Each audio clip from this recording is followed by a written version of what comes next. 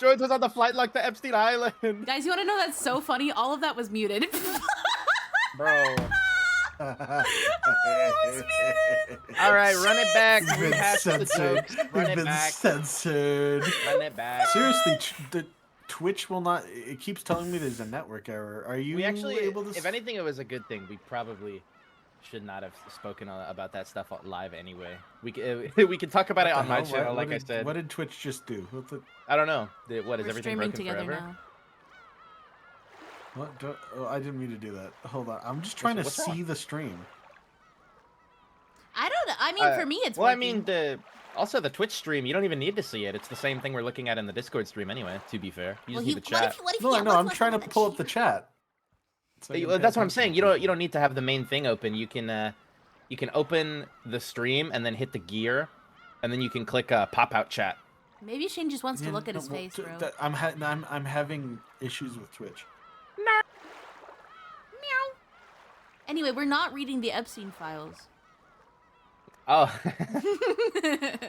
Well, we are now. Well, we are shit. Is it the Epstein files because you've got a Diddy blood with you, or what? Okay, perhaps. Honestly, You know, Roganjima is fucking- kind of like Epstein Island. if That's you what really I was think about saying, it. dude. George is definitely on the Epstein flight log. Stop. Saint Beatrice. Dude, I'm just saying, bro. I'm just saying. Little Saint Beatrice. Hello, Jamie. Hello. Hello. All right. While we get started here, I'm going to read off just a little bit of a recap for episode Thank you. 5, because I know, yeah, I knew you needed Shane. So we're in the prologue of it right now. We didn't get too far. So I'm just gonna read what it has here. Continuing from episode 4's ending, Beatrice is rendered catatonic, and Battler is thinking on remaining mysteries. Lambda Delta takes over the game despite his objection, and after he takes a short break, the game has advanced past the first Twilight without him. Jessica, Hideyoshi, George, Genji, Rosa, and Maria have their necks cut open. A new human, Erica, indicts Natsuhi. Over a year ago, Kinzo dies peacefully in his bed, with Kraus and Natsuhi grieving. Kraus panics because his moon tourism investment has failed, and he put Rokonjima as collateral. Remember that? Oh, wait. Natsuhi starts talking... Repeat that again? Repeat that sentence again? Kraus panics because his moon tourism investment has failed, and he put Rokonjima as a collateral.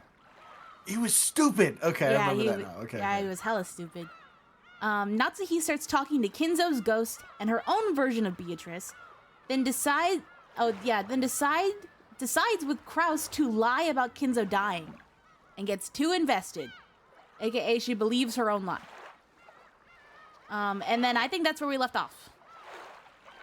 Right.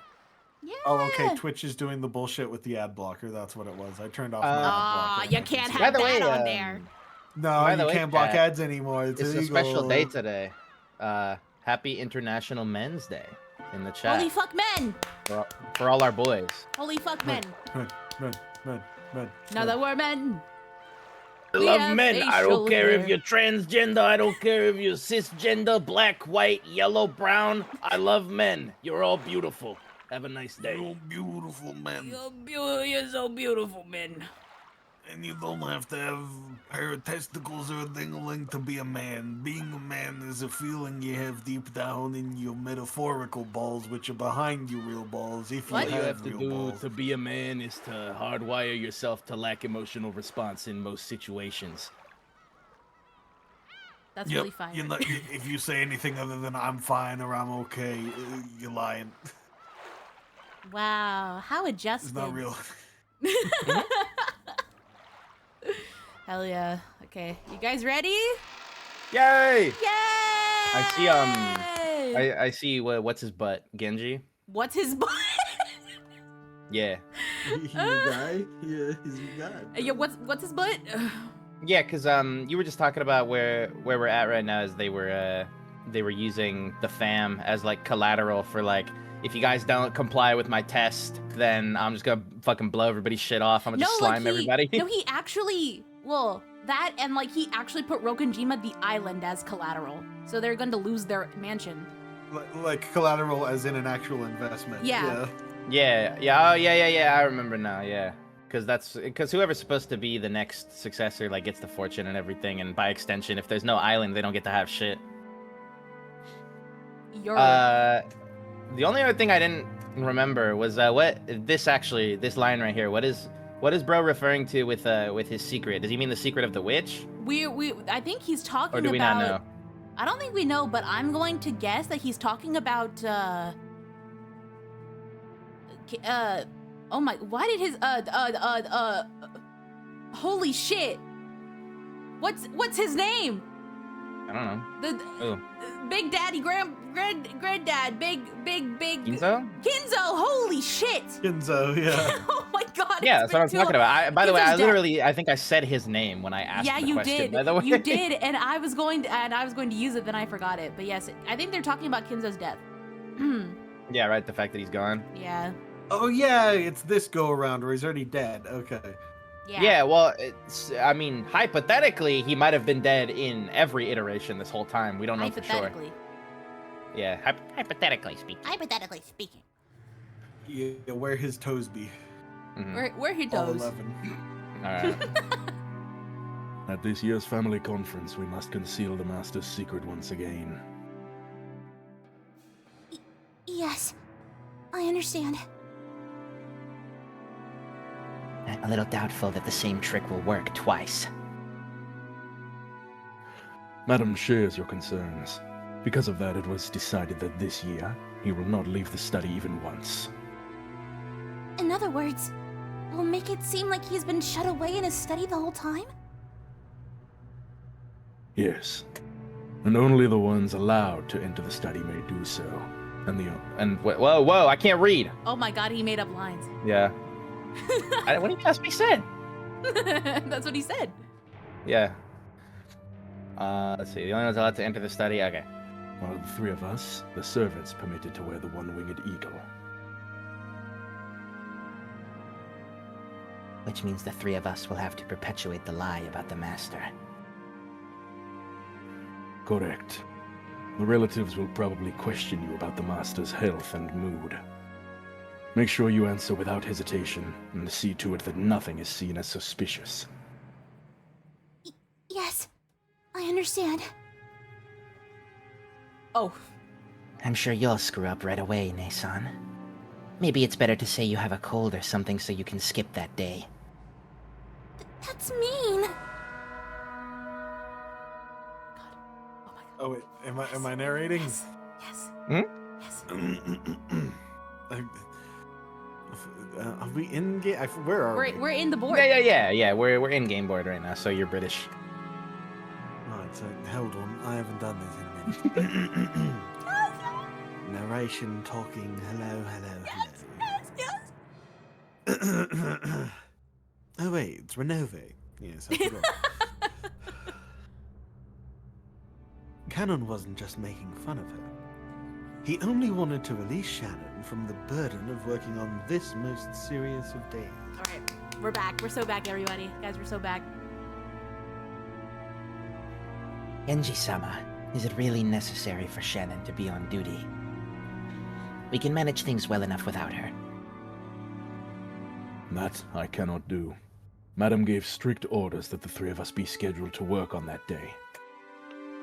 Yes, I am prepared to perform my duty successfully. Hooray. Don't screw up. I won't. Shannon grew sullen, and Cannon shrugged. Well, I have to change which monitor things are on. Flip that around. There we go, that's better. Then Genji told them that they weren't taking this seriously enough. Shannon, Cannon, the master we serve has already passed away. However, until he has truly passed on, we will continue to serve. That study is not empty. The master is still there, hard at work on his usual research. Make sure you take that to heart. Ready? Okay. 3, 2, 1. Yes, Yes, Genji-sama. Genji-sama. Okay. Wow. Now what's going on in the other room? Oh, nope. Oh, no, we get cafe. flashback. Hey. Whoa. Father has What? already passed They away. already know. That's insane. Settle down. It's only a possibility. It's well known that Takeda Shingen said in his will that his death was to be kept secret for 3 years. Know about that? Is that how it went? My Japanese history isn't so great. Girl, I Girl. thought you did good in school. Girl. At the time, Takeda was in the middle of a war with Oda and Tokugawa. If people learned about his death at a time like that, it'd probably have a bad impact on the war. Because of that, he left a will saying that his death should be kept hidden for 3 years. What? Is that a different Hideyoshi? I guess Who is he so. talking about? I guess so. Are they talking about the emperors? Maybe. Was there an Perhaps. Emperor Hideyoshi? Chat, we love taking time to learn during We stream. do. We can find out right now. Or it could be, I imagine, Emperor either the shogunate or Hideyoshi. the emperor. Also, chat, let me know if the volume's okay. I got some. Yeah, it looks like he was a 16th century Japanese emperor. Ah, okay. Oh, that makes sense because he's talking in the same breath as Nobunaga. That makes sense. Hideyoshi did the same thing, right? He totally suppressed information about the death of his master, Oda Nobunaga, so that the enemy wouldn't find out. He quickly made peace with Mori and defeated Akechi in the Battle of Yamazaki. On the other hand, Shibata Katsue failed at this. The enemy, Yasugi, learned of Nobuyuki's death, so Shibata had to deal with an unexpected counterattack and got slowed down. Oh god. Oh, we're back. We're so back. That's why later on he suffered a great loss against Hideyoshi in the fight for the succession. Never know.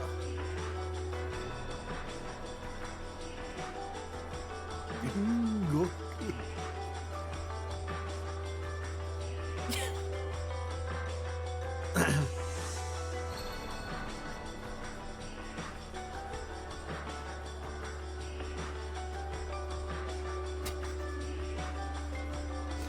Is this not? That's you, Shane. What? No, I thought he's still. No? No? No. Yes, that's. Oh, okay. Yeah. Why did it? I thought it was still about him. I assume. Wow. I guess we okay. switched Hideyoshi's. I wish there was some sort of prompt. We're so happening back, again. we're so We're back. back. We're back. It's happening again.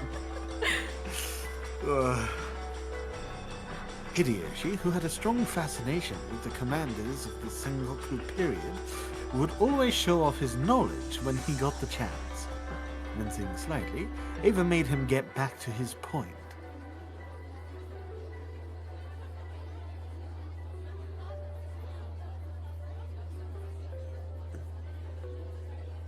I haven't done this voice in a while. It's already scratching my throat. Sorry. You know, So Eggman was basically- hurting my throat the other day too. Oh, I yeah, haven't done right. that in a while. So basically, the whole time since last year's family conference, I felt as though something was strange. You mean the time when Rudolph and I were talking about the inheritance and Father overheard us from the hall? That's just it. Natsuhi-san and the servants kept saying Father was here or there and that he seemed to be in a bad mood. But not a single one of us relatives saw Father, right?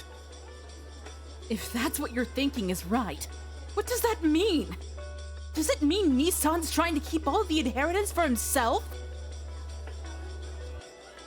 Of course, hiding someone's death is a very dangerous thing to do. And all things considered, I'm not sure Christ-san would be willing to do it just to have the inheritance to himself. But it is possible. Well, it's true that Nissan has always been greedy. He always used to take things that were meant for all of the siblings, keeping them all for himself. So when they had a read on him at the conference, it wasn't just like based on intuition. They had been talking about it up to this point. At least Yeah. these two. They're smart. Kraus' son is supposed to be the richest of the siblings. Kraus' son's scheming to keep the inheritance all to himself to the point of accepting the risk of hiding father's death. Sounds a tad unbelievable to me. Even so, last year's family conference was so strange. Can't help but wonder. Also, that ashtray looked awesome. Yeah.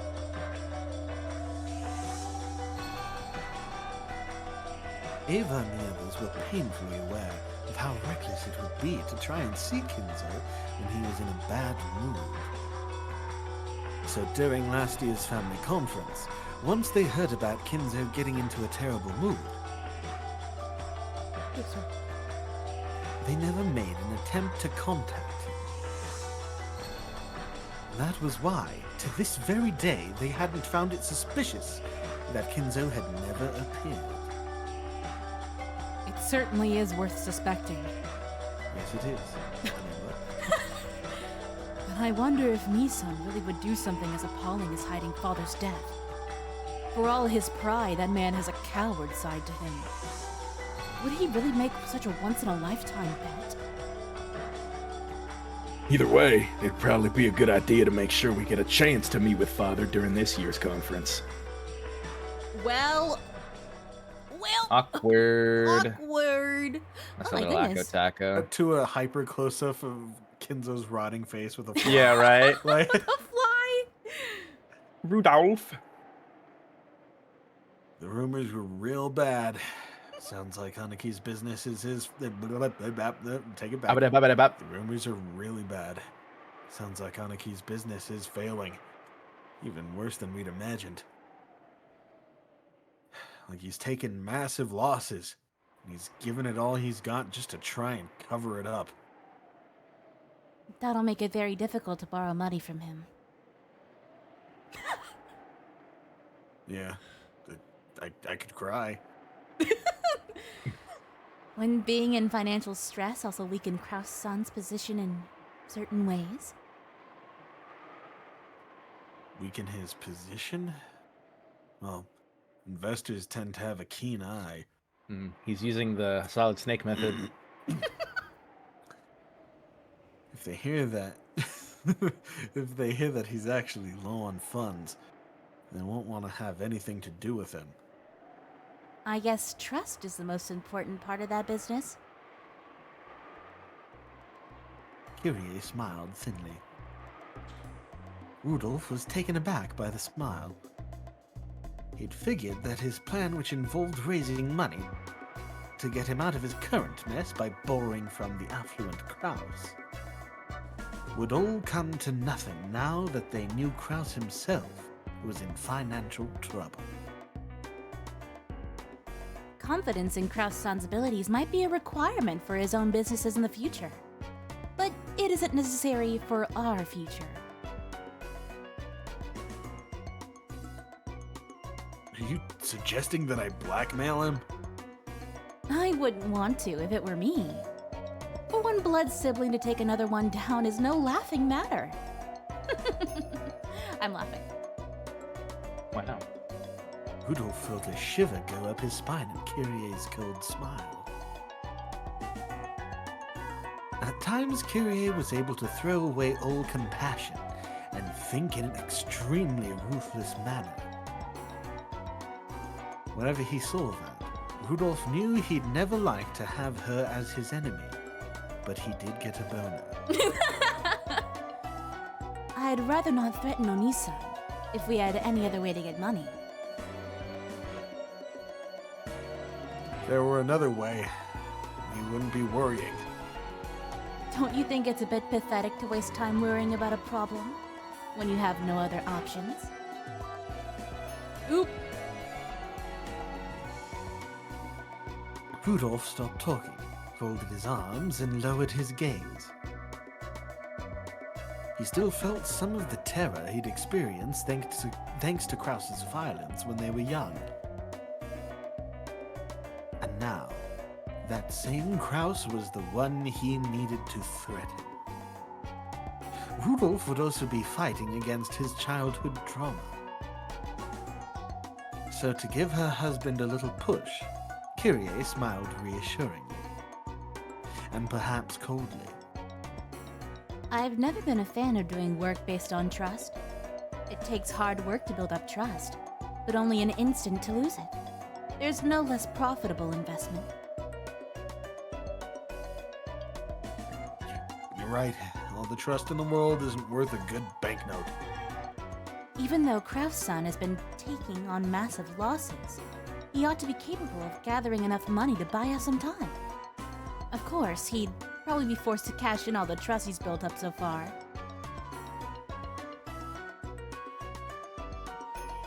This is gonna get ugly. We'll have to prepare sufficiently. We haven't been given any time or room for failure. Isn't that right? Among my Kyoto friends, I know a few who are talented at this sort of investigation. I'd rather not be indebted to people like that. But do you want to try meeting them? You can't expect people like that to offer you receipts, but I'm sure they'll dig up something that makes them worth the investment.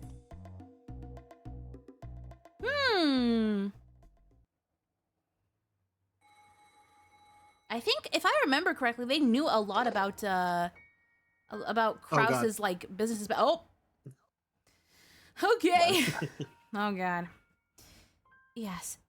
Maria is doing well too. Yes. So this is just, they all have prep time this time to take down Krause. I think from what I'm thinking. Generally, when it's like flashbacks, it's implied that this happened like in the real scenario too. Like this is how they all found out. Like their little scheme that they were planning this whole time. Yeah. Okay, so this is a chunk of the immovable part of the story. I'm guessing so. Yeah. Yeah, because like this is all the stuff that Okay. preceded them like going to Going to the the island. conference, and then when they called out Krause on the bullshit, and they're like, bro, we know you're financially struggling, blah blah blah. Like they were all kind of like figuring it out before they even showed up. That's still one of my criticisms of this game. I kind of don't like how it jumps around the timeline so much, because I feel like it sort of presents information in a way that can be a bit confusing. Yeah, it's me. I'm the confused. Yeah. Hey, dude, it's been me sometimes too. Yes, Maria is doing well too. Yeah, it That's seems none of your most people business. who play the game are pretty confused because they think George is a bad guy. He did nothing. For real. We love George here, We bro. love That's George in my this house. Diddy blood. Thank you. Uh-huh. Well, I'll have to look at my schedule.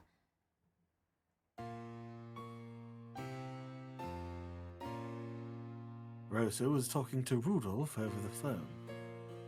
Rosa rarely received calls from her older siblings, so she braced herself for something serious. Well, truth is, I want to have a little talk about the next family conference without Anarchy. Between you, me, and Evanesan? Sounds like a headache. I can't go into details over the phone, but I think you'll find it's worth listening to. Something good? Of course. Anarchy's all for it. Nessan is? All we want is your approval. We aren't going to ask you for money or anything like that. The most important thing is that the three of us stick together. Got it? Rosa let out a sigh. She did so because in the past, when Rudolph and Ava got into a fight with Krause, they always used to talk to her like this right before dragging her into it. First, tell me. I stand to gain something too, yes? Yep, the three of us will each grab 200 million out of this. If all goes well, we might be able to squeeze out more. That should be enough to handle your debt, right? And when can we expect to grab this by? Of course, it'll be within a year. I need it. Anarchy needs it. And you need it too, Rosa. All three of our problems will be settled. So, The chances of success are good enough that Nesans agreed to it? Now, do you want to hear? I know it's a bit sudden, but let's meet next Sunday, 1900, at that coffee shop you like in Ginza. That's the only time Anaki's schedule and mine match. Any problems? If we're talking 200 million, I'll have no choice but to listen. Then let's meet at 7 p.m. next Sunday at Leopold's. Oh, And Maria-chan. You can bring her too if you want. Don't talk about money in front of that child! Oh, She set the receiver down with a clunk, a little violently, almost like a person who's abusive in some way. Apparently, either Ava or Rudolph had gotten a hold of one of Krause's weak points. They would probably threaten him with that at the next family conference and force him to pay up. Even before hearing the details, she knew full well that it would be nothing good. But even so, this might be her once-in-a-lifetime chance to pay back her large debts. Rosa took a notebook out of her handbag and started to mark the day she'd be meeting with Rudolph and Ava. Then she frowned and smacked herself hard in the forehead. don't. Because written there was DZL with Maria. Something she had planned to do with her daughter.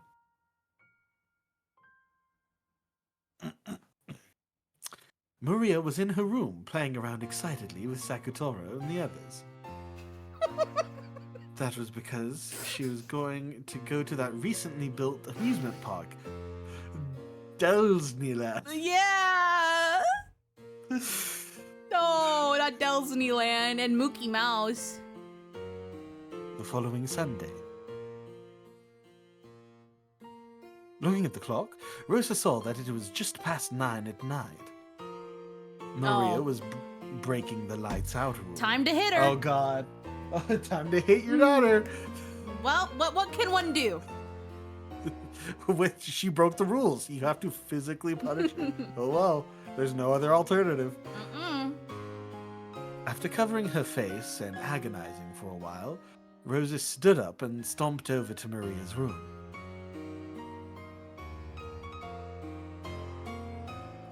Probably be a mess as well. At least tonight, that was convenient. As she stood outside the door to Maria's room, listening to the happy laughter seeping through, Rosa's face twisted in anguish once again, and she looked at the floor. Certified hater, dude. Then when she raised her head again, her brow was furrowed and her face had become an ugly expression of anger.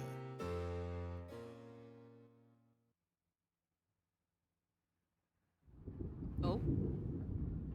Oh. Oh, okay. Okay, we're skipping over the physical abuse of a child this time. Okay, good.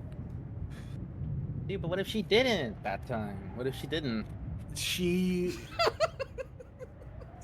Rosa, we just got back. Chill. It'd be funny, yeah, like we take this big old long break, come back, immediately intense. fucking- Bah, bah, bah. Oh Good. God! Oh, I'm going home, man. Dear God. Sorry, I'm adding the GIF, that Jamie gift.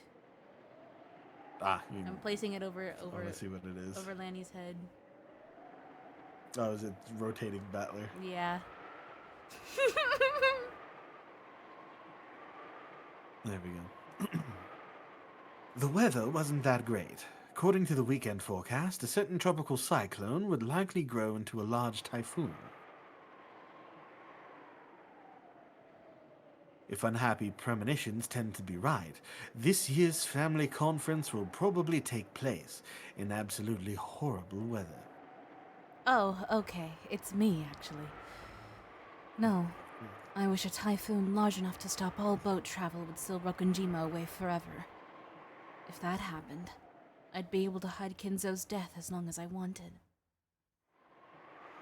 If only the typhoon would keep them at bay forever.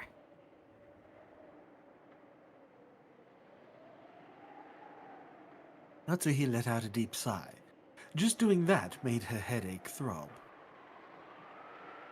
As the end of the family conference approached, the intensity of her headache just kept on increasing. Oh. At that time, the phone rang. Natsuhi turned the TV off and picked up the receiver. Ding-a-ling-a-ling. Hello. I apologize for calling during your rest. It is Genji. Is something the matter? There is a phone call for you from the external line. However, they will not state their name. They aren't saying their name. Yes. The person in question said you would know when you spoke with them. What should be done? It might be a prank. What did they sound like? I believe it was a young man. Any idea who it might be? A young man?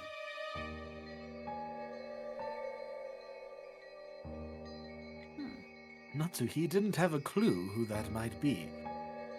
In the first place, there was no one amongst her acquaintances who would do something as rude as refusing to state their name. And on top of that, a young man. As a wife, she must avoid any contact that might be considered suspicious with anyone other than her husband, much less a young man. As soon as she thought this, the phone call suddenly seemed like something dirty. But despite that, she also wanted to know what they wanted to tell her. Could it be some kind of trouble related to Krause's business? What if there was some particular reason they needed to talk to Krause's wife instead of Krause directly? No matter what it is, it's my duty as a wife to listen and report to Krause. Like, bro, you can just pick up the phone and hang up if it's something you don't like. If it's some bizarre threat, I just have to firmly refuse and inform Krause that I received such a phone call.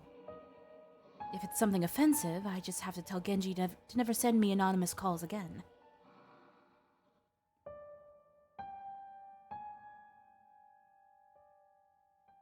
As Natsuhi thought this, just as Genji suggested that he hang up on the man as though that's what she'd naturally choose, she told him to connect her to this person. She then set the receiver down. After a short while, the phone rang again. Hello?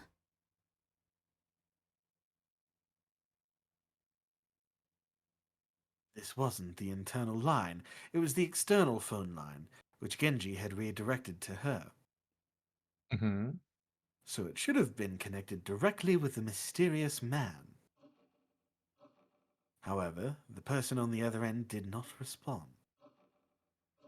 Not liking this at all, Natsuhi spoke one more time, sounding displeased. Hello? Who is this? Tell me your name! She heard something that sounded like a sigh. Okay. She gulped reflexively. After remaining silent for a little longer, the man finally answered. Alright, who wants to be the mysterious man? I think you should be it since Shane's been talking for a bit. Okay. Okay. What voice have I not used yet? Gotta look through the Rolodex. Pretty much, yeah. I've done that one. I've done that one. Kermit. You can do Kermit until we find out who it is. I don't know if Shane I'll was. just do Kermit until I find out who it is. It's been a long time, huh? Kermit, you said you never call again. What is that? That was the first time the man had spoken. Just how long has it been? How many years? It's been too long. Oh, I mean, What are you talking about? Who are you? The voice certainly did sound like a young man's. But it's hard to learn much about someone just by their voice over the phone. It sounded like a young man, but it might actually be a middle school-aged boy, or a man in his prime who still had a youngish voice. No, wait, it might be too soon to be sure this isn't even a male. She's tripping. Anybody can sound like Kermit, bro. Anybody. Anybody can sound like A Kermit the kid, Frog. kids will be like, Genji, put a filter on the phone line that makes everyone sound like Kermit. That shit would be so funny. Kinzo again. Quick, Kinzo, I need you to make it sound like Kermit the Frog is on the other line. Yes, ma. Genji's like, as you wish, master. Hello. yeah. Then they call and Genji's like testing the phone line. Hello, master. It's me. You're a faithful servant. Thank you, master. Shall I hang up now? All right, hang up. Yes, sir. And he hangs up. You would have a trash mic filter. Yeah, Kinzo sound like a COD lobby. Yeah, Kinzo's using. Dang it! I need to do that. I need to pull out my antique microphone that I use for the harmonica and just have it on the board ready to go. Hell yeah. Eventually, I'll do that. Hell yeah. Okay. Anyway. However, one thing was certain.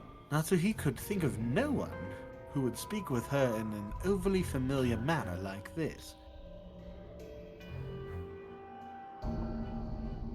It'd be very easy for me to tell you my name, but that would make me very sad. Oh my god, the split. I don't know what you're talking about. Who are you? And what business do you have with me? If you can't tell me that, I'm not interested. I'm hanging up. What I want is for you to remember. And people are walking And what is it that you're what? You're what I can is it? pick it up. Don't worry. And what is it that you're telling me to remember? Oh. I don't know you, so I have nothing to remember. It's phone guy FNAF. Please don't say that. Oh, is it fucking? What? Is it? I don't know! She I don't doing know a what's voice? happening. I don't know what's happening anymore. It can't be Jessica. That's not right. She lives at the mansion. Yeah, well, it's coming from the. What did you say? I am What are you your talking child. about? Do not say things that will make me so sad, mother. What the fuck? Does she have That another kid? unsettling word thrust itself mercilessly into the depths of Natsuhi's heart and started churning it about. In her entire life, Natsuhi had never been told something so unsettling. Guys, what if Erica is posing as Natsuhi's kid and that's why she's at the conference? Dude. That'd be crazy. Maybe. That's the only thing I can think of. In her bewilderment, Natsuhi felt her heart beat so loudly that it felt like it would explode. I have no idea what you're talking about. I don't know what you're planning, but I'm hanging up. I came back for revenge. Revenge for your crime of 19 years ago.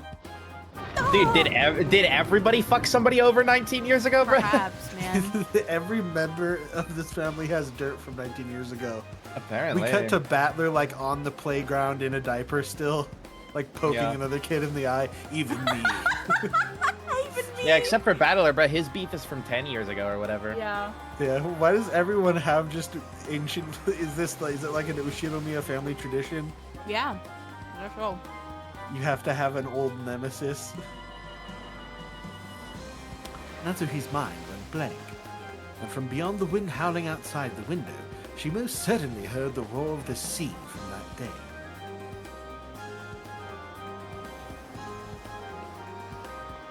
So you actually remember, do you not? I told you I don't know what you're talking about. Never call here again. I have not forgotten how you treated me 19 years ago. To curse you. I still call you mother despite that. No, because of that. The family conference will be here very soon, right? Oh, I forgot it's a guy. Wait. Okay, Oh. then you know what? I can take over. Okay, yeah. Because I think I have an inkling of what could be going You on, actually. do? I don't know who the fuck this is. Maybe. I have like an idea, but I don't think it's like a real new character. It's probably a character that we know posing as somebody else. Interesting. I'm okay. thinking. Okay, I Proceed. can only think of like one voice I don't have still. I am your son, mother. I will come on the day of the conference, after 19 years, so that I can have my revenge on you. Yes, so Hiyori. Welcome back. Click. Wow. Breathing so hard, her shoulders heaved. Natsuhi he slammed the receiver down and hung up. Then, Oh. she hit the phone violently, knocking the receiver off That's just expensive, bro. so that no more calls would come through. I can hear the roar of the sea. That voice I hear from beyond the howling wind is certainly... Oh. Even if I cover my ears, the headache won't...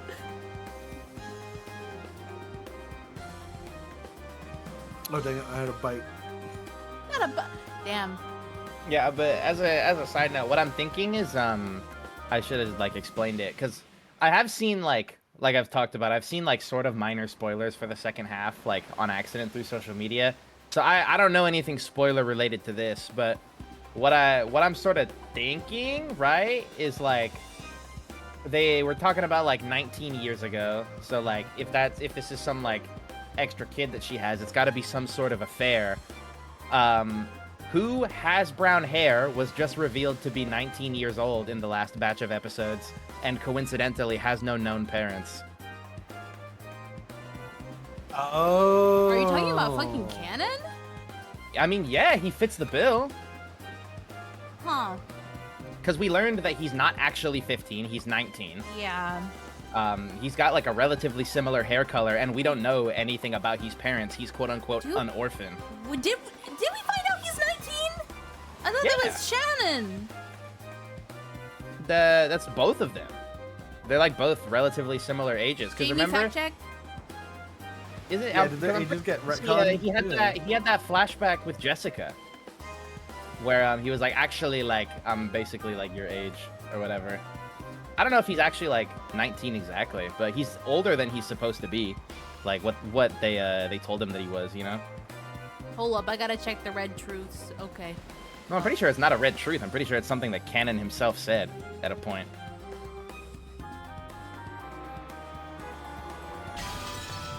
Whoa. Oh, Oh, we're doing this now. sorry, I didn't get to read the last line. It's okay, she's Wow. shivering. Yeah. She just freaked out. Lambda, are you there? Yes, I'm here. I'm anywhere you want me to be, Bern. Then crawl into the cupboard under the kitchen floor, or in a jar of rice bran paste if you like. Ooh, you're gonna dip me in a bean paste and bite into me?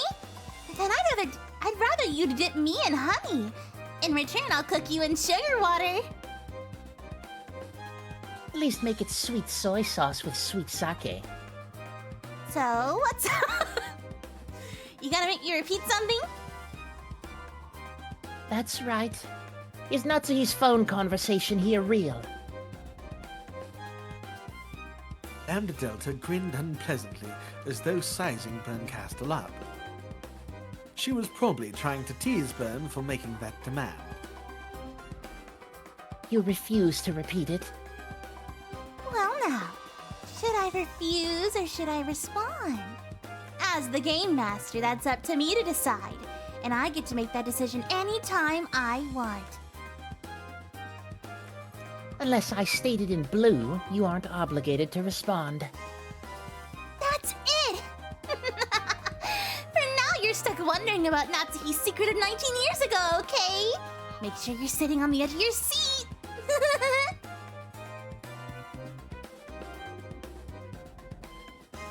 course, this fishy telephone call happened before October 4th, 1986.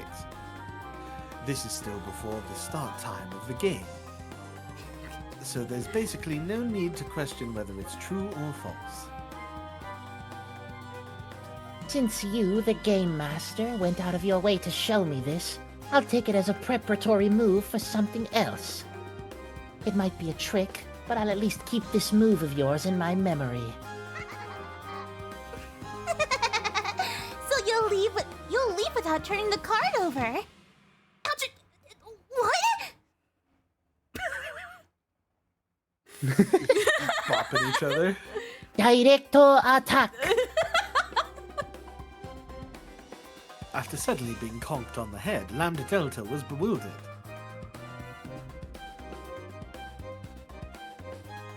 But perhaps this incomprehensible exchange was funny to her, because she quickly went back to giggling. Are you done preparing the game board now? Yeah, that's right. Now I'll finally move on to the game. On to October 4th, 1986. Yippee!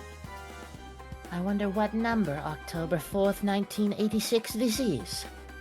The Endless Witch, huh? Beatrice. She truly is a frightening child. Any moves from your side yet, Burn? No.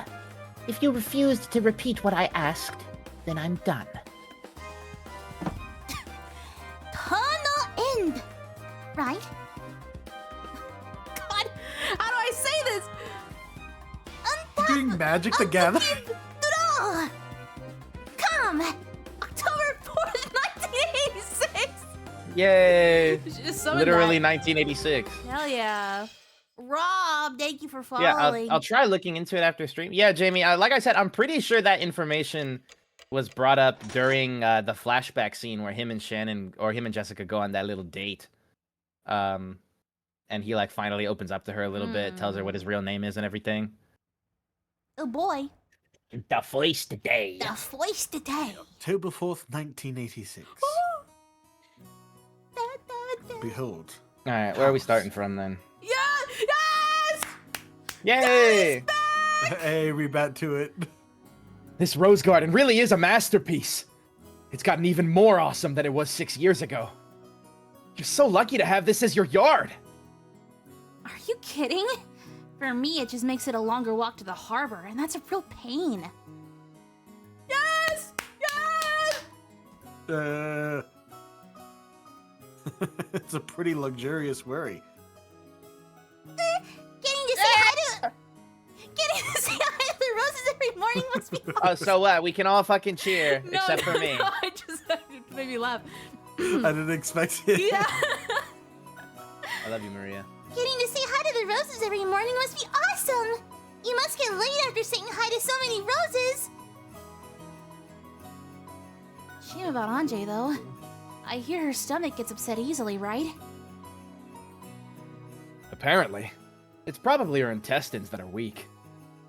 She's almost always got the runs. She's got IBS, dude. You shouldn't say something like that about a lady. Sorry about that. Yeah, I forgot. Nothing comes out of girls' butt but marshmallows, right?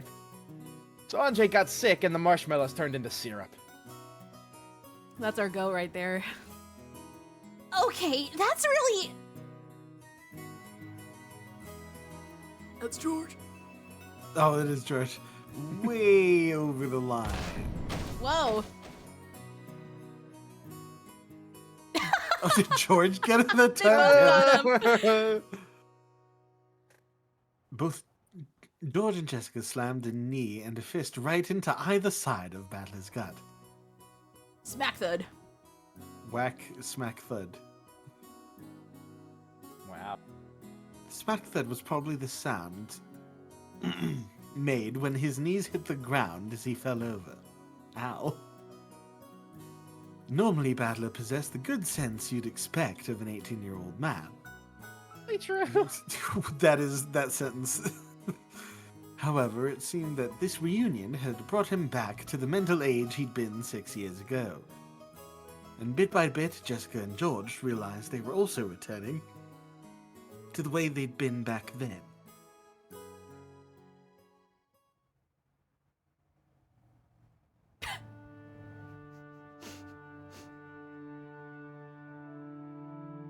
Natsuhi gazed at this charming chat through an open window in the hall.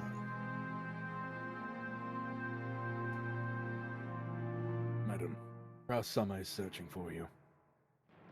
I'll go in just a bit. Oh, I'll go in just... No, I said that right, sorry. It isn't even lunchtime yet, and I'm already tired.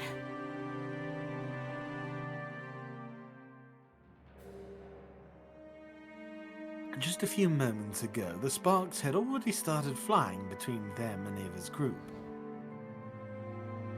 The others had pounded on Kraus and Natsuhi over and over to get Kinzo out of his study.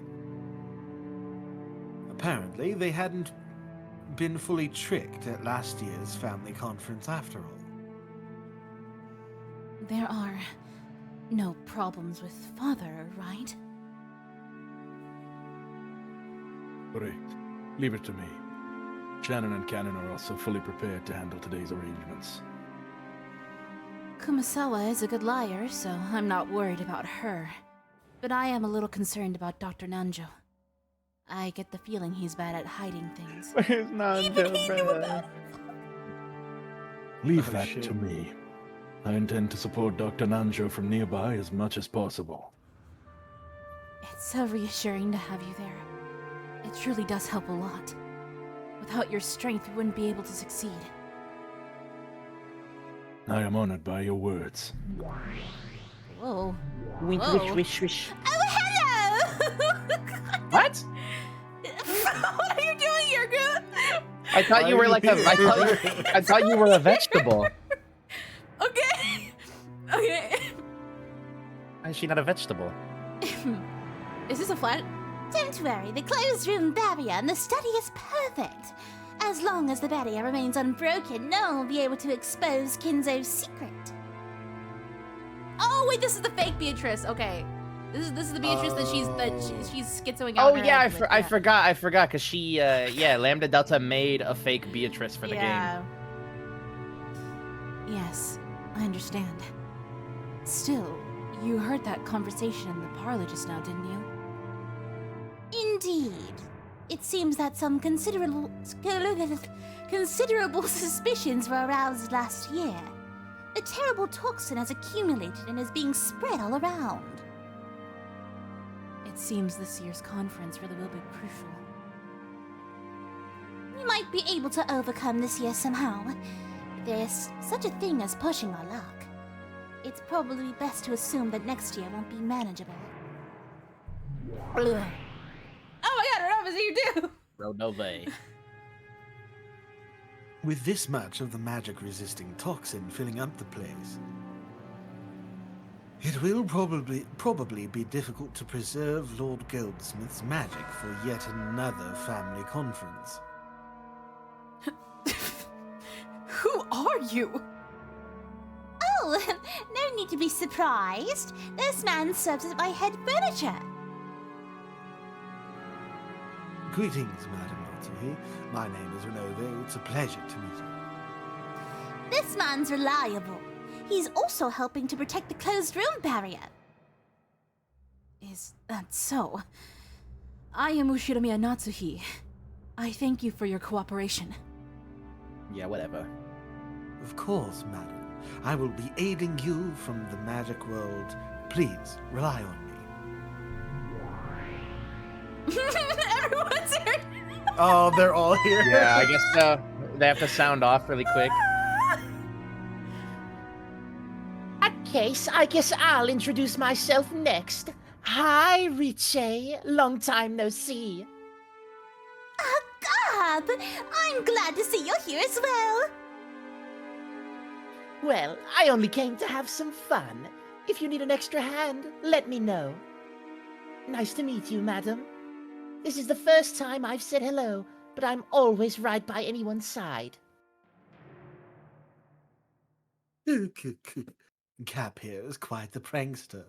Remember that headache medicine you dropped on the floor of your room and lost as you were getting dressed? Gap was the one behind Oh my that. god, she skips so hard. Oh, so is she's the family's like sock gremlin who just like causes all the little shit like that? Wow. Very Whenever awesome. you set something small down somewhere they can't find it later, it's always a good idea to suspect that it's one of her pranks. Long ago, she used to tease me all the time. Is that so? In any event, this is the Ushinomiya mansion. As long as you are here, you will obey us. You understand, correct? Of course, we understand. Think of me as a Genji of the magic world and give me orders whenever you wish. And even I know how a guest is supposed to act. I won't let the landlord lose face. You can count on Renove and Gap. However, the magic world and the human world are two different sides of the same coin. I understand. Of course, I will do all I can in the human world. Let's work together and protect Father's secret. Indeed. Yeah, okay, bruh.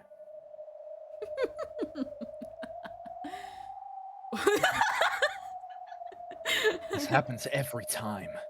Looks like we won't get anywhere until the next day. Skip! That really is big. Like, can we skip the dialogue, please? Pretty much, yeah. Well, sure. October 4th is like a prep turn for me. If you don't feel like doing anything, why don't you just sit around until October 5th? I'll call you after this first 6 die. Alright, do we think this is him? Since we're in the middle of the thing. I guess it's him. Okay. I would say so. Of course. That was an incredibly irritating way to put it. The fight won't start until the crime occurs. However, waiting for the crimes to start would mean turning a blind eye toward the murders of the first Twilight. In other words, it would be the same as being content with the fact that 6 people would die.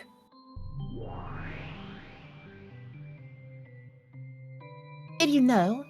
They say that in chess, the player who moves first is twice as likely to win.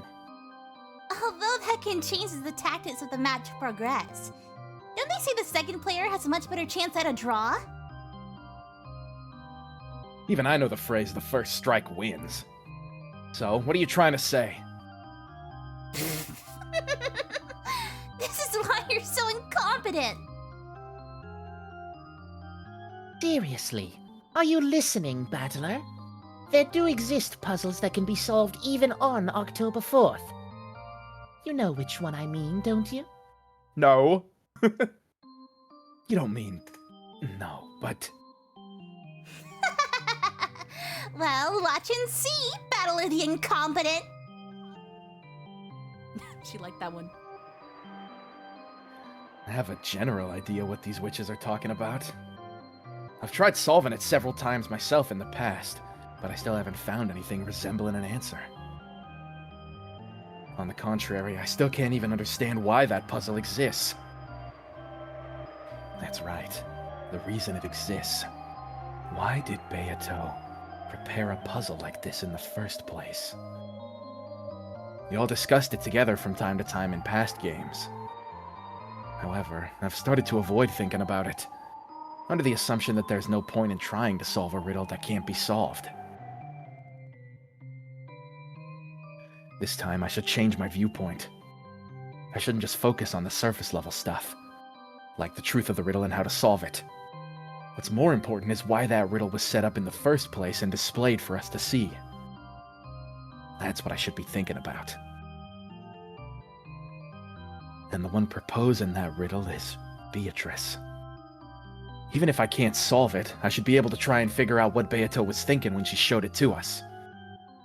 Okay, this time I'm spinning the chessboard around. Drink! Yay! Yay! The witches keep calling me incompetent.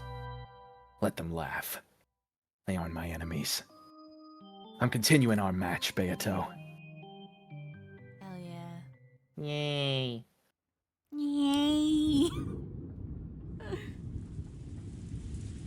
Oh lord, it's raining. Oh lord.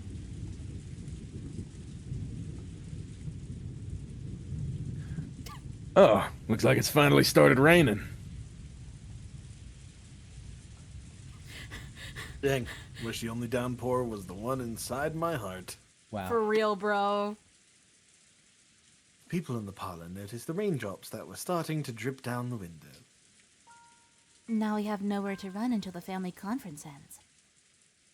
The same thing goes for Nissan. I won't let them escape, you can be sure of that. The cards we're holding aren't bad. Nissan's just bluffing. I'll make certain he surrenders. Well, there's more to a deal than making your opponent lose. You've got to get a pitfall ready, praise them a bit, convince them to stand on it of their own accord. Hideyoshi-san's right. We pressed them a bit too hard last time, Ibane-san. That was perfectly reasonable, considering it's Nissan we're dealing with. Bruh. Bara.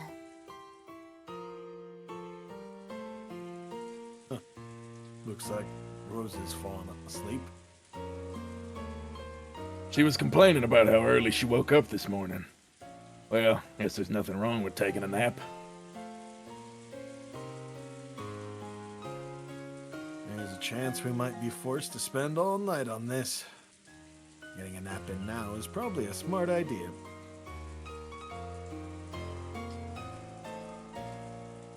Out of consideration for Rosa, who'd fallen asleep on the sofa, the others quietly left the parlor.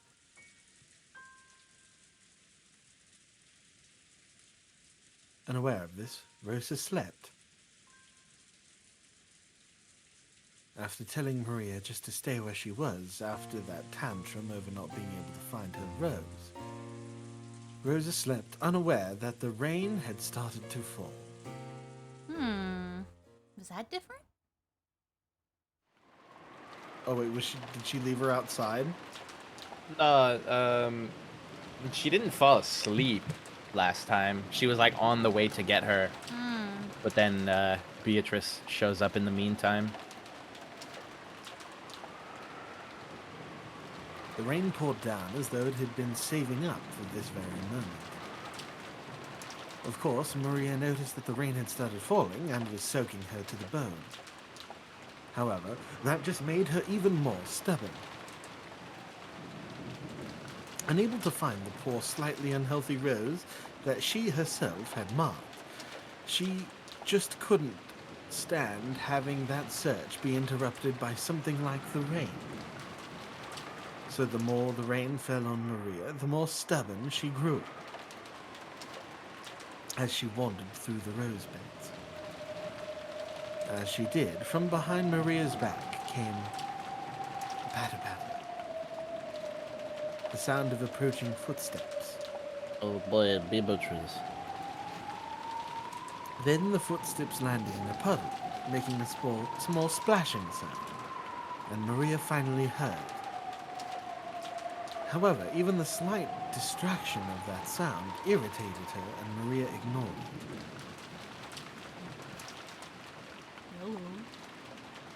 Hello. Hello. Hello. No. Yay! Maria turned around, bewildered. Hi-ho. After all, that voice was one she didn't Oh, recognize never mind, at who are all. you? On this sealed-off Rokkenjima, that voice belonged to no person she knew. You're not alone. Something's different this time. I just got a what the fuck? Wow, What? achievement. I just got an achievement. I saw that. Cross summer, madam. I was looking for Wait, you. does this mean this time person X is real? Let's fucking go. I mean, I believed in Person X the whole time, bruh. I don't care. It's Tuxedo Mask. Holy Did. Something important has come up. Kraus and Natsuhi had been privately discussing what should be done next in a deserted corridor on the 3rd floor. Genji had searched everywhere for them. Oh, hey. What is it? It must be something more urgent than a few sheets getting soaked in the rain. What is it? Has some sort of blunder been made? A short while ago, someone arrived at the mansion, claiming to have drifted here after an accident at sea. Oh. Dude, wait, dude, it's Shane! It's Shane like we talked about! Holy shit! Your my, person my, X, bloated, bro. my bloated corpse on the tube made it. Yeah, you made it, dude. You're Please, alive. please. You made it. I just walk right up to Kraus and punch him. Everybody else, get out of here. Hey, Your it's grandpa's me, Shane. dead. Shut up. Holy shit, that's so funny. Kraus and Natsuhi couldn't help but go wide-eyed and stare at each other. This was the first time they've ever heard of someone coming to this island uninvited. Someone drifted here. Is that true? Or fake? Treat this person politely, like a guest. What are they doing now? Dr. Nanjo is performing an examination. He hasn't finished yet, but from what I could tell by looking, the drifter seemed tired but uninjured. Thank goodness. Natsuhi and I are having an important discussion right now. When it's over, we will go to check on this person. Please tell this drifter that we want them to feel at home. Certainly. When Genji bowed deeply and started to leave, Natsuhi called him to a stop. Genji stopped walking and Natsuhi jogged up to him. Genji, is this drifter a man? No. She is a young woman, about the same age as Milady. Oh, A woman? oh. I see. Very well, back to your work. The amount of redheads has increased, I suspect.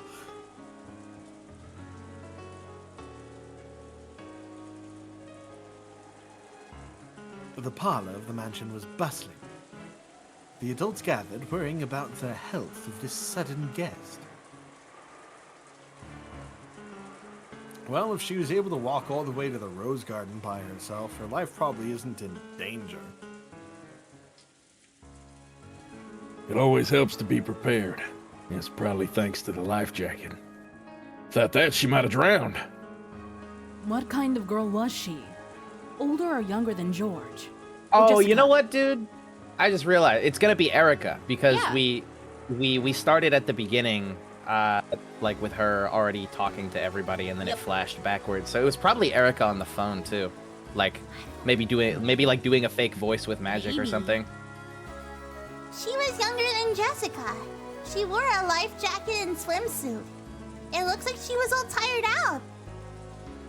If she washed up somewhere near the harbor, that must have been a rare bit of luck amid disaster. It would have been terrible if she'd landed on the opposite side of the island. But, still, you have to feel sorry for her. With this weather, the boats won't be coming. I imagine she'll also be stuck on this island all day tomorrow. Ugh. At that moment, the door clunked open and everyone looked in that direction. Yeah. Hey, go to. Would anyone like some tea? It was Gerda and Cannon, with the latter pushing a serving cart laden with a tea set. Gerda understood well that doing a little extra at times like this would earn him points. The relatives, hungry for information, crowded around Gerda. He ordered Cannon to serve the tea and became the sole object of the relatives' attention. Gorda-san, how's that kid doing? Does it look like she's okay? Oh, well, I don't know about that, but there's no need to worry. Dr. Nanjo has given his full attention to take care of her, and Kumasawa and Shannon are with him. Please, have no fears. Why not relax with some black tea for now? Come on, Cannon-san. Quickly, serve it. Serve it. Sorry. Serve it. Oh, I don't think that picked up. No, well, grumble, grumble. Cannon knew this tea was Goda's way of earning points, so he lined the cups up with a slightly sullen air. I'll help too. It's okay. You can just wait there, Maria-sama.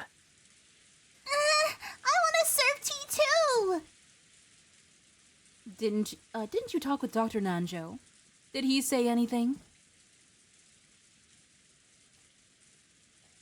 Yes, when I met with him a short while ago, he said that there weren't any serious external wounds. From what I could tell at a glance. Hello, Yes! Yes! How do you do? I love you, Kicks Nanjo! the door open. I love you, Dr. Nanjo! Just as Gerda had successfully captured the gazes of all present and was about to start talking knowledgeably on the subject, Nanjo returned. Of course, Nanjo instantly became the center of attention. Of course he did. How could he not? With that Cannon bodacious turned body. his back on Gerda, who seemed downhearted. Yes, literally sitcom applause every time Nanjo walks in the room. Dr. Nanjo, how is her condition? Does it look like she'll be okay? Not to worry, everyone. Just calm down. She's fine. She had no injuries at all. She seems to be quite worn out, but there shouldn't be anything to worry about tonight. As long as she doesn't develop a fever. That's good to hear. We're lucky enough to have a doctor, but this is no hospital. Everyone was relieved to hear that the girl was in good health. When Nanjo gave the more detailed results of the examination, concluding by saying that she was young and she would therefore be fine. Everyone who no longer fell under this description nodded in assent. Yes, young. Fine. Yes. Those are really scary. Oh, Fall. Battler was right. Maria-chan, let's not tell Battler-kun about this. Just gonna have a boat-related panic attack. Oh my god.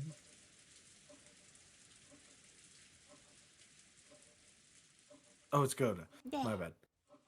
Oh, Madam, croissant. Gerda, who had lost his nerve and was handing out cups, called out in an excessively loud voice. Excessively. Excessively. Blah, blah, blah. Sex. Shut up. Apparently, he was that desperate to get everyone's attention. How is the guest?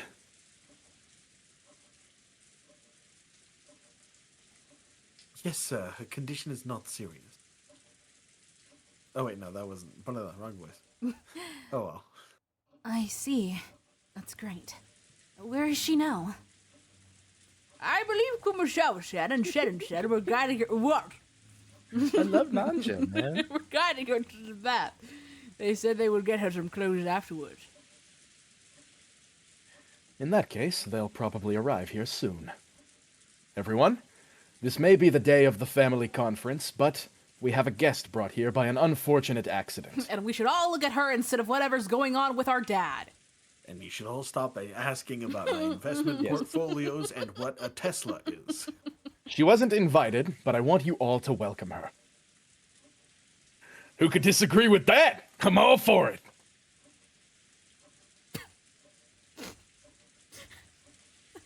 I hate him. Same here. Didn't Mom always tell us to be nice to girls? Maybe, but you didn't need to make that your life's motto. It's probably best if we call George and the rest over here too. Let's all greet her together. But wouldn't that just make her more uncomfortable? Ava stood up and made a phone call to the guest house. At that moment, they heard the sound of a knock followed by Genji's voice. Okay, babe, I have a trade offer. Because I know last time you did Erica, but I also know we're doing Higurashi at some point, so I'm gonna make you trade offer. Either we can switch and maybe I can do Erica since she's supposed to be Lambda's OC, or I get dibs on Little Miss Nipa when we read Higurashi. One of the two. What's your response to the trade offer? You're gonna be Erica. I'm getting Nipa. Yes! I really wanted more characters, and she's gonna have a lot to say, so I'm tired of just watching. Thank you. Okay, have fun. Have fun. I will. Have fun when Erica and Battler talk for It's an gonna hour be, straight. dude. It's gonna be awesome. It is Genji. The guest has arrived. At those words, everyone fell silent, and the people who had been sitting stood up straight.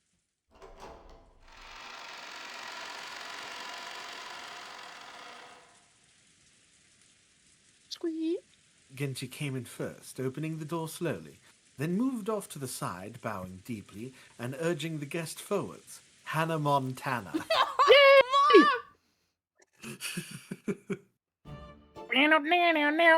I got the limo out front. Whoa.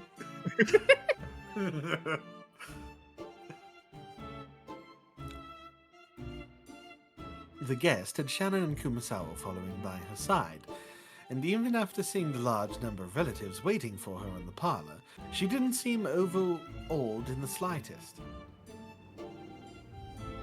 Just this single point showed that this girl possessed a dignity appropriate for a guest invited by the Ushiromiya family. Song titled The Great Detective Knows. Aw, yeah. Furudo-sama, allow me to introduce you. This is the representative of the Ushiromiya family head, Ushiromiya Kraus. Welcome to Rokenjima. Though you arrived due to an accident, you are a guest of the family. We welcome you. Please, make yourself at home and relax however you please. Thank you very much. Allow me to introduce myself. I am called Furudo Erika. My deepest apologies for disturbing you members of the Ushiromiya family like this. I'm truly grateful for the warm welcome I've received despite my status as an uninvited guest. This was greeted by an impressed sigh arising equally from all the corners of the room. The clothes she had been lent were probably Jessica's formal wear from long ago. But the composure of her introduction didn't shame those clothes in the slightest. The girl's name was Furudo Erika. She looked slightly younger than Battler and Jessica. But her composure and mannerisms were beyond what anyone would have expected from a high schooler, as though she was a well-to-do family's daughter. Yeah, I can't picture Jessica wearing this at all, dude. Mm-hmm. Not They probably forced her into it. Yeah. Wait a sec! Who the heck is this? With an incompetent like you as the main character piece, the game wouldn't go anywhere. That's why I've placed myself there as a piece. Well, it's just a bit of a bonus. Even in a closed circle, it'd get boring to see the same crew every time, right? Quit messing around! This piece doesn't exist on Beato's game board. Beato and I won't acknowledge it! This is Beato's game board, right? If Beato refuses, then I'll consider it. What do you say, Beato? She's over there like twitching. Oh, she's still vegged out. Yeah, she's a lobotomite. Beato was unable to answer, as she's out on the things that they gave to Michael Jackson to go to sleep. Lambda Delta grinned triumphantly. Wanna try complaining about the rules and stepping down from the game? Isn't that a favorite move of you mystery people? If there's even a tiny element that goes against your expectations, you throw a tantrum and totally stop thinking. That totally wasn't a shot at the community, was it? Don't worry. I'll make a detective proclamation regarding this piece. She's super cool and everyone likes her. Mm-hmm. A detective proclamation. I proclaim that Furudo Erika is the detective. What does that mean? Oh. The detective isn't a culprit. No proof is needed to show this. In short, there's absolutely no need to suspect this girl. Even if she appears as a human piece from now on, you can build theories the same as you always did. Get it? That's Nox's 7th, right? It is forbidden for the detective to be the culprit. There was an exception clause in the original, but for this game, the detective isn't a culprit, has been proclaimed in red, so you don't need to consider the exception. I hate word games, so I'll say this in red too. Furudo Erika is not the culprit. Repeat it. Furudo Erika had no influence on any of Beato's games before now. Sure, no prob. Furudo Erika had no influence on any of Beato's games before now. She's nothing more than an extra character who appears for the first time this round. She does not exist in the worlds before this one, nor does she influence them. So what does that do to the number of people on this island right now? Of course, it's +1 from the previous number. But don't worry, Furudo Erika only increases it by 1 person. Besides her, the number of people on this island is exactly the same as it was in the previous games. Which is unconclusive. Which is inconclusive! Yeah. Literally X plus 1, by the way. Yeah, no, oh god. They're making us do algebra for our mystery game. Pretty much, oh yeah. god. At that time, the sound of people dashing down a corridor could be heard. He was Naruto running, wasn't he? It was Battler George and Jessica who had come from the guest house after being called here by Ava. And they immediately spotted a guest they didn't recognize, and their eyes went wide. Whoa. Who are you? A guest. She came by falling. Huh? Fall? Genji-san, who the hell is that? This is a guest. Furudo Erika-sama. Furudo-sama, this is the daughter of the family, Jessica-sama, along with her cousins, George-sama and Battler-sama. Nice to meet you. I'm Ushinomiya Jessica. What's Battler's favorite anime? Dude, probably neither of those. It's probably Conan. I think he would like JoJo's, though. He would like JoJo's, but it wouldn't be his favorite. It's probably Detective Conan. Hello, my name is Furudo Erika. I'm very pleased to meet you. I bet George would like Trigun. Probably, yeah. He seems like a mecha head. He's a Trigun and Cowboy Bebop You know type who would guy. like JoJo's? You know Jessica would love JoJo's. Yeah, she fuck with JoJo's. She would. Though Battler George and Jessica didn't have a clue what was going on and were utterly bewildered, they each introduced themselves. Isn't that convenient? This way the number of people is clear. Oh, yeah, sure. No, it isn't. No, The people in the guest house have joined up with the rest, and now all the pieces except for Kinzo, all of the humans, have gathered in the parlor. I don't believe that. Looks like it. In other words, the number of people in this parlor now is equal to the total number of people on this island. Someone's hiding, like, in a couch. I don't know. I don't trust that ever. Well, I mean, that's like the one rule of grace that we have, is that the red stuff is objectively true, so we gotta roll with it. Yeah. There were supposedly 18 people on the island, but since grandfather's actually dead, that became 17. And now one piece of burn castles has been added. The number of humans on this island has returned to 18. Are they still counting, or are they doing the furniture aren't humans BS? Yeah. They are? So none of the Genji doesn't count? No, I think Genji. Yeah, you should. I mean, we can pull up the thing as well. Red is the truth, but it's susceptible to be word games. Yep. Okay, yeah, so I'm assuming then that there's probably also furniture on the island then that was unaccounted for because they used humans. Well, I'm thinking more along the lines of, like, Erica basically exists to sub in over the one person that we lost now that we know Kinzo is dead. So that way we still don't actually know if he's dead or not because the number of people is the same. Yeah, I didn't really think about it from that angle. Yeah, because we know that Erica is not a real person. She just got put in so the number of people will stay the same.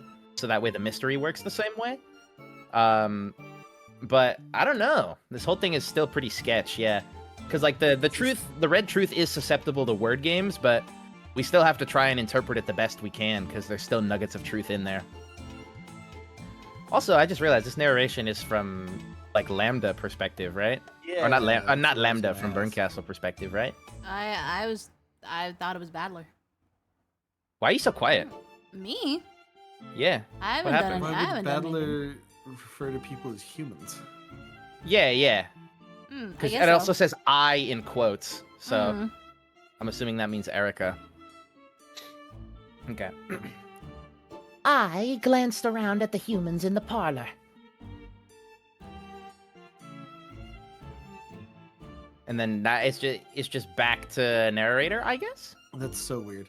Yeah, that is The weird. guest, Furudo Erika, and behind her, Kumasawa-san and Shannon-chan. Off to the side was Genji-san.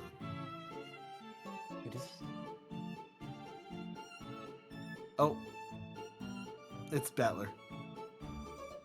So guess who's What? right? What are you talking about? What do you mean? Because this Guess is who's right? Uncle Kraus and Aunt Nazi.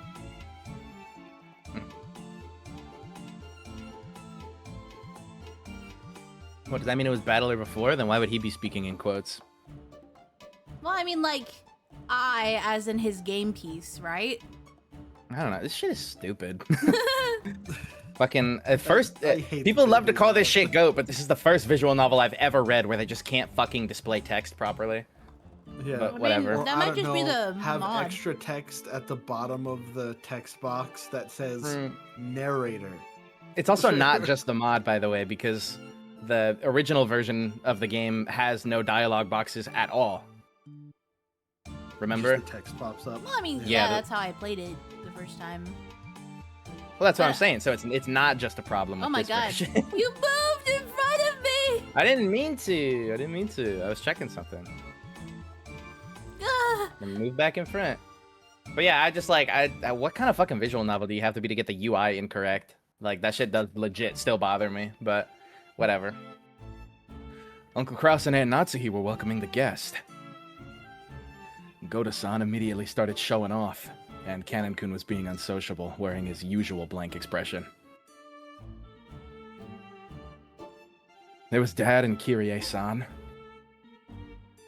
Aunt Ava and Uncle Hideyoshi, Aunt Rosa and Maria, and Dr. Nanjo.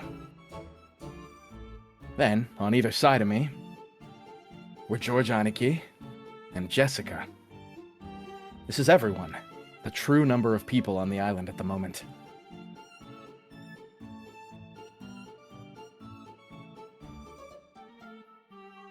Well, all of us are Shidomiyas. Please don't feel obligated to call us by our family name. I'm George.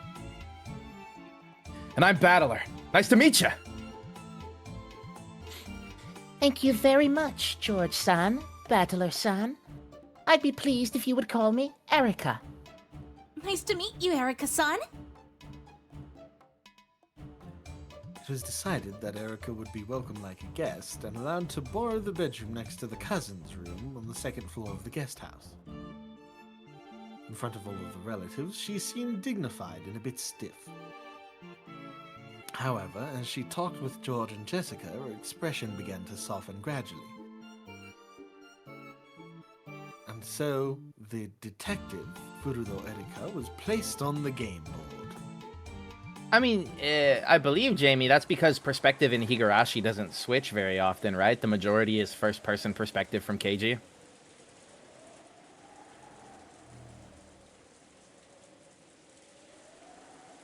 Also that she self-inserted herself to be friends with the cousins. Hell It's yeah. kind of Yeah. pathetic in a way. That's funny, bruh. That's pretty funny. I'm surprised Jessica's old clothes suit her so well. Kumasawa made the decision on her own to use Milady's old clothes. Please forgive her. The clothes Erica wore were Jessica's old formal attire. Though the guest possessed a dignity that would put most adults to shame, her body was still physically similar to a middle schooler's. We're not talking about children's bodies in light novels anymore, please. Oh, God. Jessica's old clothes fit her perfectly. Not to worry. They match this guest perfectly. If she likes them, we might even let her keep them as a sign of friendship. Yeah, get your head out of the gutter, bruh. She's just young but distinguished. Certainly. Thank you very much. Have you contacted the police and her family?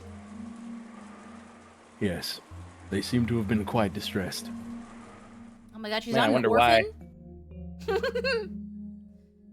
By the way, our guest really was involved in an accident, right? This is Epstein Island after all.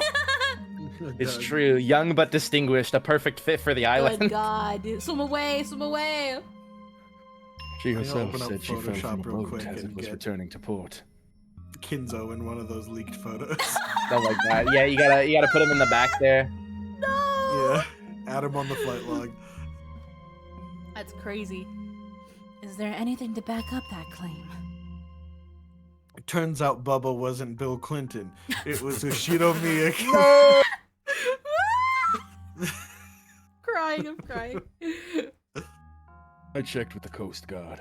It seems she fell from the rear of a pleasure boat, unnoticed by the others on board. We don't know the exact location she fell from, but it was probably somewhere near this island.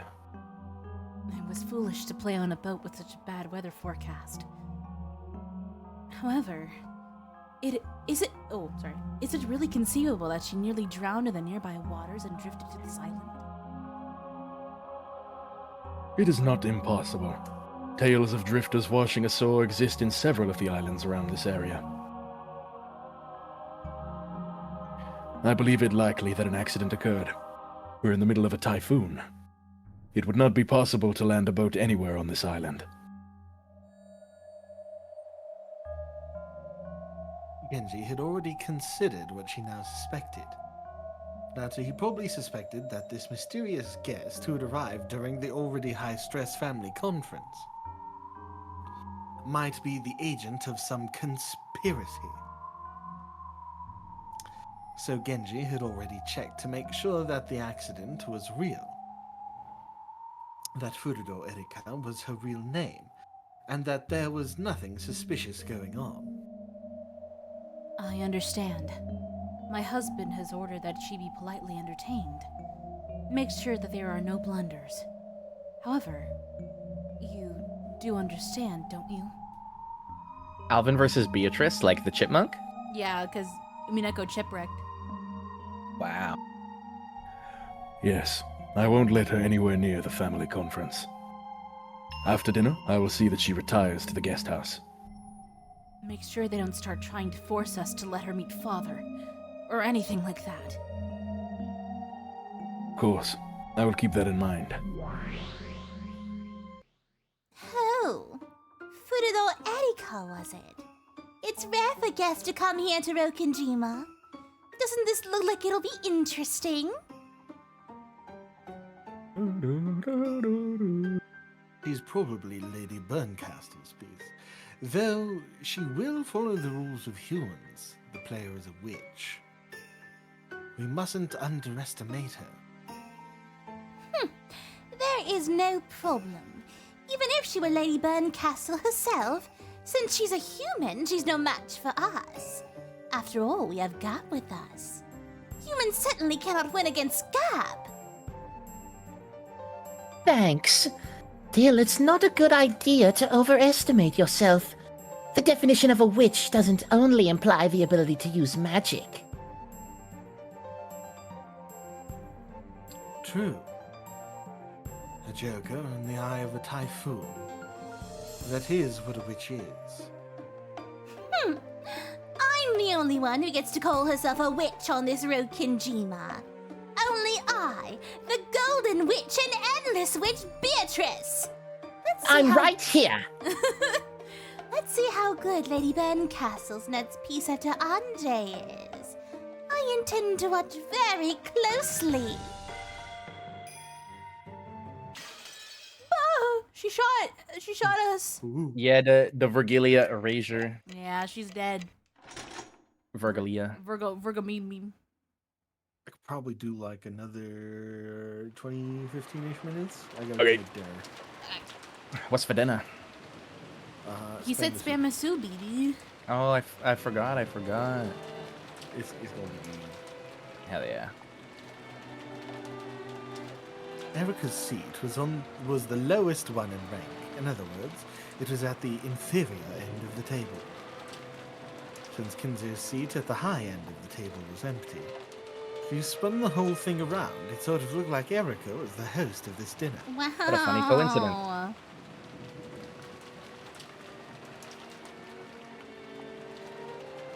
Well then, everyone. Wait, didn't I say last time that I was going to change his voice again? I don't remember. Did you? I don't know. What voice do you want to change to? I think I was just going to make him Cognate, so he's still lower class, but and like silly, but also Dude, British. He's gone through so many nationalities. Yeah. Every two episodes, he changes nationality. No, he's always been Italian, and then I hated it, so now I'm switching him back. No, he was something else before he was Italian. You were No, using you like did your just- regular Another generic you were- British. Yeah. No, you didn't do British. I thought you did your regular cadence at first. No. He was like like that. Yeah, I did him a little fancier. I don't know. Should I just do it? No, do Go whatever, with your dude. I don't gut, care. bro. Do whatever. I don't like doing that voice anymore when he says son and shit. It sounds weird. It makes me uncomfortable. That's funny.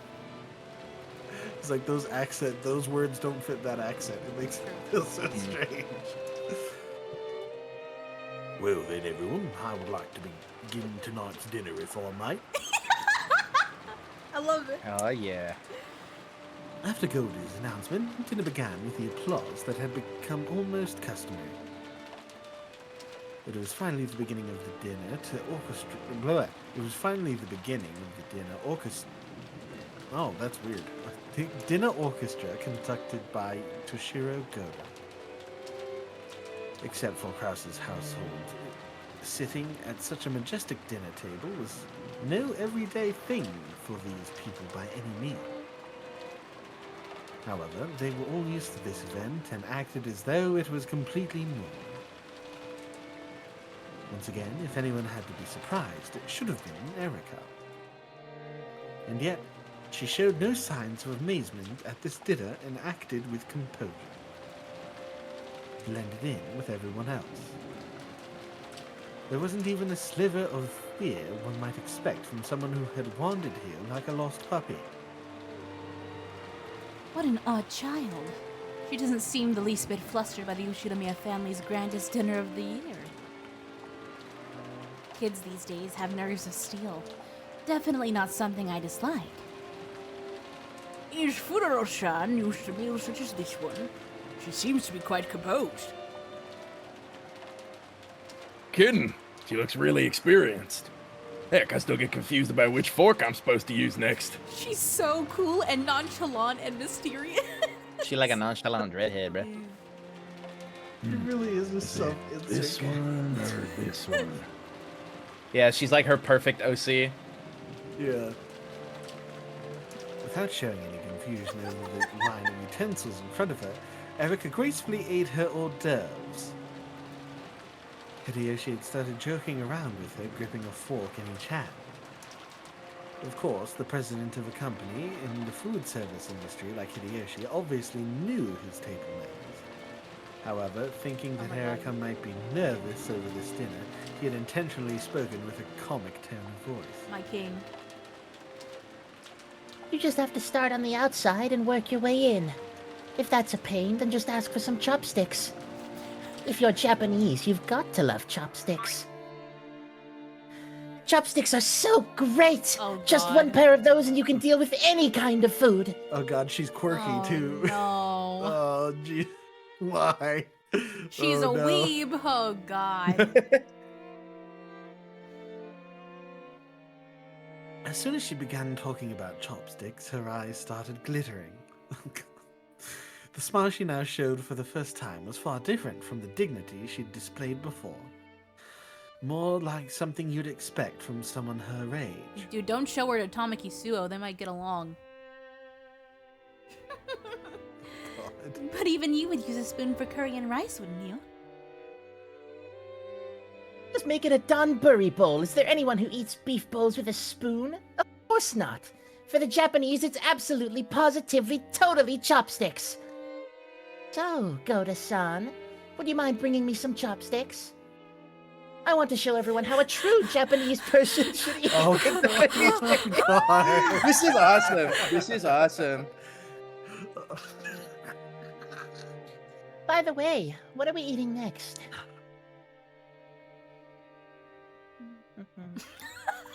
What a throw I'm her trying on to- the wall.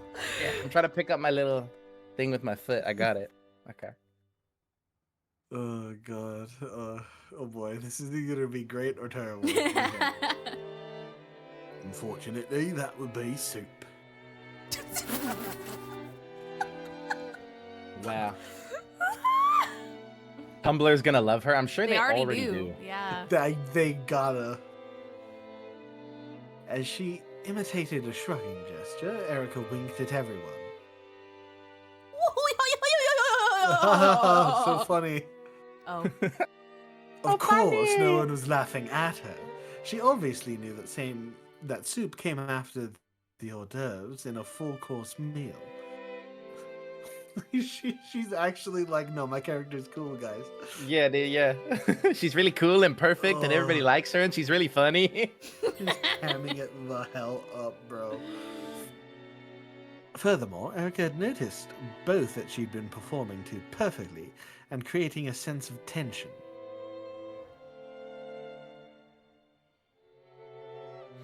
And that Hideyoshi had tried to break the ice because he thought she was nervous. That's why she started acting a little childish and lighthearted. Oh my God. Wow. Acting out the part of a guest, enjoying a harmonious It's dinner. all a fucking act, bro. It's all for. She's got level 100 social IQ. Holy shit. Oh, this hurts. This hurts me physically. Pretty soon, not only Kyrie, but everyone else caught on. Though she was an uninvited guest, she was apparently worthy of participating in an Oshinomiya family Of course she dinner. is, man. Oh my God. Then everybody starts praising her. And everyone loves her. Smart kid. Did she really just come here by coincidence? Don't tell me you secretly called your illegitimate child to today's family conference, Nissan. Alright. It seems she even has the smarts to brighten the mood. And her manners are simply wonderful. It wouldn't be bad at all to have this girl as a daughter. Your daughter's right there! What the heck, man? Poor And Jessica. everyone clapped. That's actually fucked up. I'm sure he That's means pretty in cool. addition. Where does that leave Jessica-chan? Like, you have a kid. That's mean, Rudolph Nissan. What the fuck? What's wrong with Jessica? What is that word? Headache? Is that just headache? Dear God. Are you Yeah, okay? What's wrong with my brain? that's the no, word. I had my mouse above it, and I guess that my dyslexia went off. What's that word? Hidache.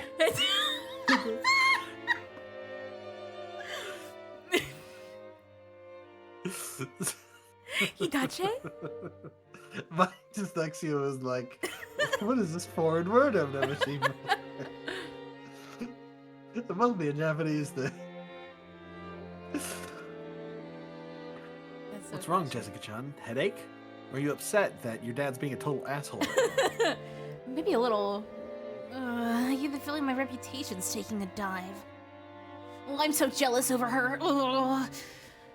Well, if you're a daughter of the head family, you better not let her beat you. Try using those table manners and dignity Aunt Natsu he's always training you with, and fight back! I wanna see table manners. Hey, jumping around is bad manners. Come on, Jessica-chan. Show us how it's done. Sure, of course. Uh-oh. Jessica straightened up so much it looked like someone had poked her back with a pole. She had good posture, but it somehow lacked elegance. She looked, well, kind of like a triangle ruler. That's fire. She sat at attention with her gaze fixed straight ahead, trying to bring her food to her mouth despite this, and failed miserably. Oh, Dad. Hey, Battler! Oh. Hey, get in here! Yes, my dad, because I have been speaking the whole time, was sitting next to her, and he suddenly realized that something was up.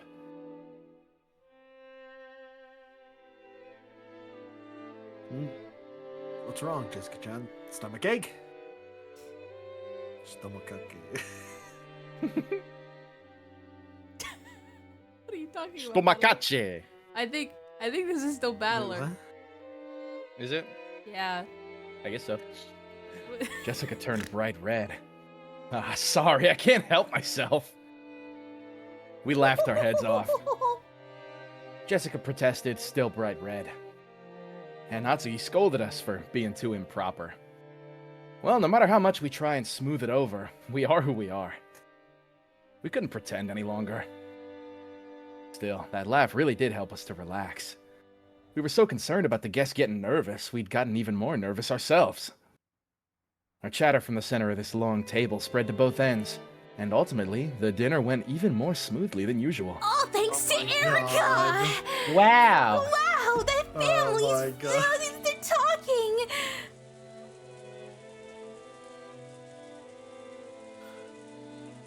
With some delicious cheese and coffee, our peaceful meal came to an end. Goda won unanimous acclaim and was praised for his skill by all present.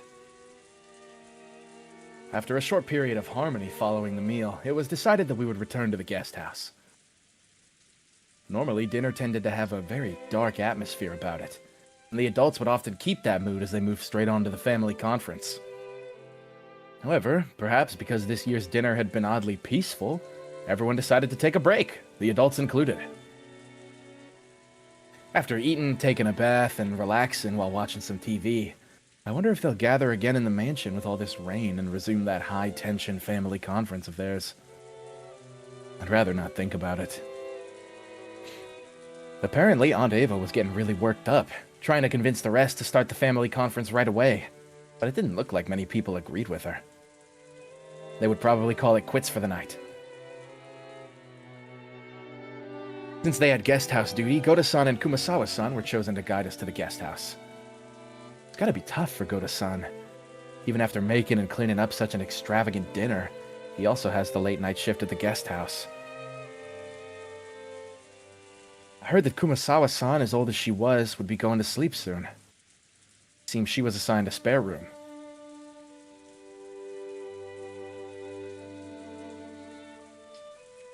Allow me to guide everyone to the guest house. Hold on, I forgot. I hate this character. Oh my god. Allow me to guide everyone to the guest house. Erica-sama has been prepared yet. We've prepared for you. Yeah, I gotta give her more of a shitty OC voice. What was that? What was what? I only heard the ch. Oh. What the fuck, man? Here, I'm almost out of water. I think I'm almost done. Man, I wish I was that Chat, water. drink your water. Wait, what? Wait, what? Thank you very much. Oh God, are you gonna be able to keep that up? We'll see. She needs a shitty Mary Sue voice. Why not rest a bit? You sure you feel okay? That's right. I'd totally forgotten, but you nearly drowned and floated here, didn't you, Erica-chan? You'd probably be better off taking it easy and getting to bed early tonight. You're perfectly fine. On the contrary, I'm so nervous and excited that I doubt I could get any sleep.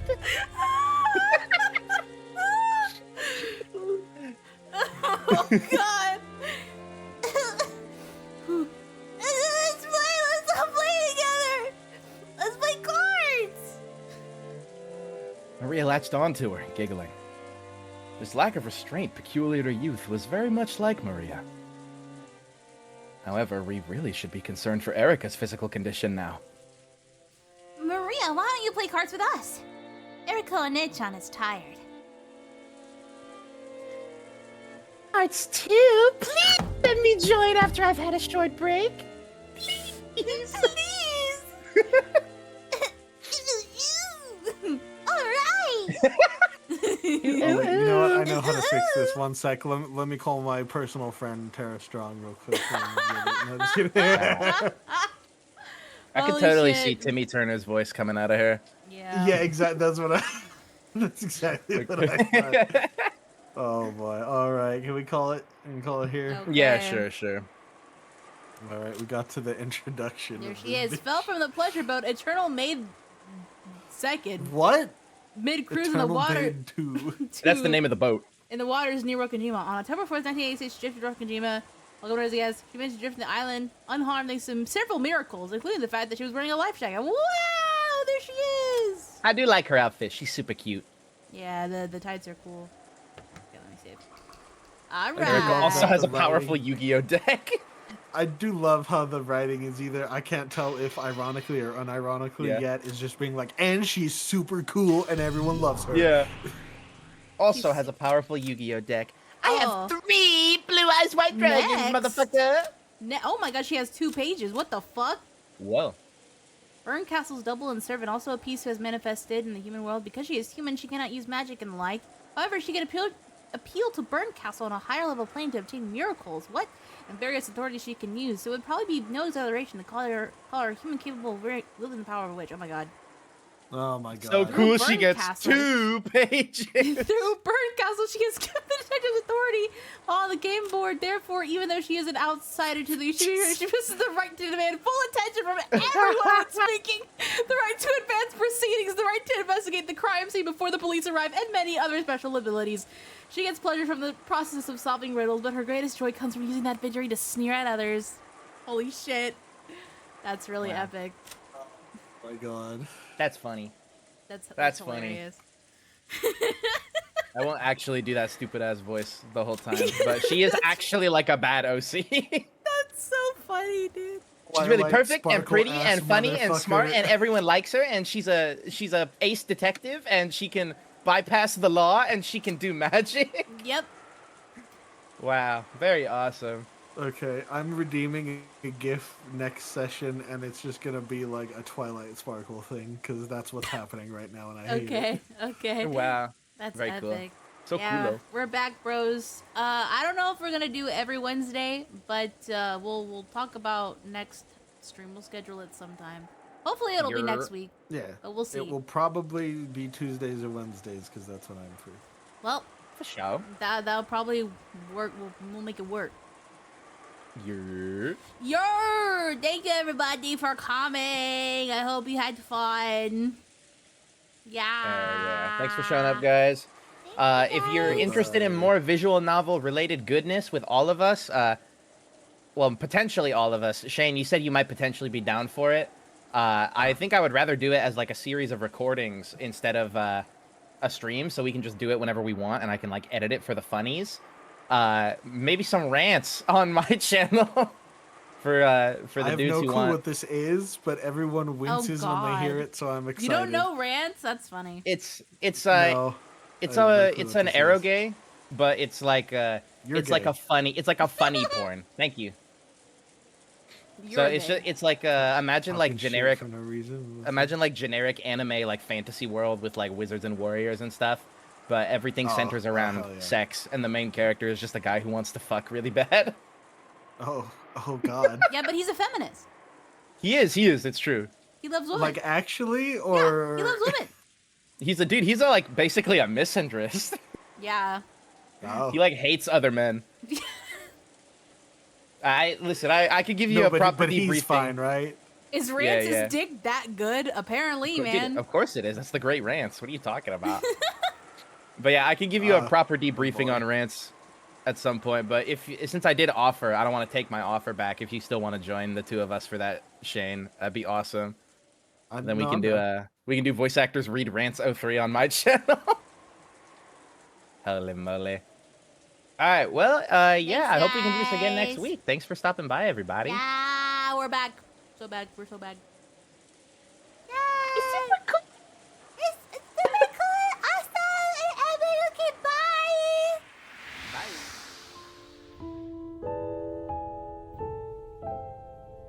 bye. Bye.